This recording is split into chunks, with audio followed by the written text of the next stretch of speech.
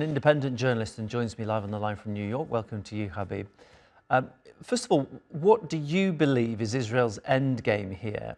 Why is it continuing to attack Lebanon supposedly in the breach of a ceasefire? That's a very good question, and most Lebanese have been wondering about this their whole lives. Israel has been attacking Lebanon for decades, not just during this war.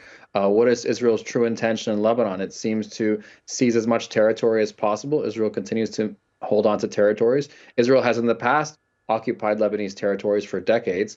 So Israel seems to want to impose its domination over the Lebanese territory. As I said, there was a ceasefire. It seemed at one point as if both parties had agreed, Hezbollah and Israel had agreed they were both going to draw back and that maybe things were going to improve. What went wrong? Well, I mean, there have been hundreds of violations of the ceasefire agreement, according to Lebanese authorities. Israel seems to be above any kind of agreements or laws, as we have seen in Gaza and Lebanon throughout this war. There's been a number of war crimes committed. There's been very little accountability. I think as long as Israel is continuing to receive its flow of weapons from the United States and its support from the European countries, and the European Union countries, it seems that there's no reason for Israel to actually secede any territory or to retreat from its military position. Israel feels emboldened and empowered to continue to assert itself unilaterally across the region, despite any agreements.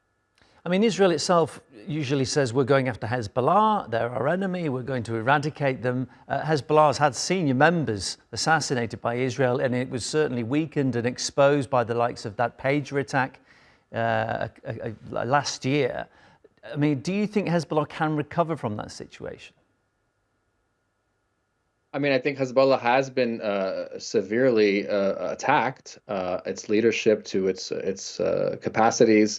And there is a lot of questions about that. But, during the funeral for Saeed Hassan Nasrallah, the late leader of Hezbollah, huge numbers of people, hundreds of thousands of people came out for that. So the group still enjoys a lot of public support. It's hard to imagine that being completely vanquished in any way. I think they will maintain a lot of their weapons, which could be still underground in many places, and deep tunnels have been dug in the country. So I wouldn't write them off, but I think for the time being, it seems that they are kind of taking a step back. Although, recently the new leader of Hezbollah, Naim Qassem, has said that there will be no effort, no success at any effort to disarm the group. And so we're seeing a lot of U.S. pressure right now being put on the Lebanese government, and the United States has actually, helped put into place a new president in Lebanon, a pro-American president who was a former head of the army, who has vowed to disarm Hezbollah, which could be a disastrous move for the country because every past effort to do this has led to internal tensions.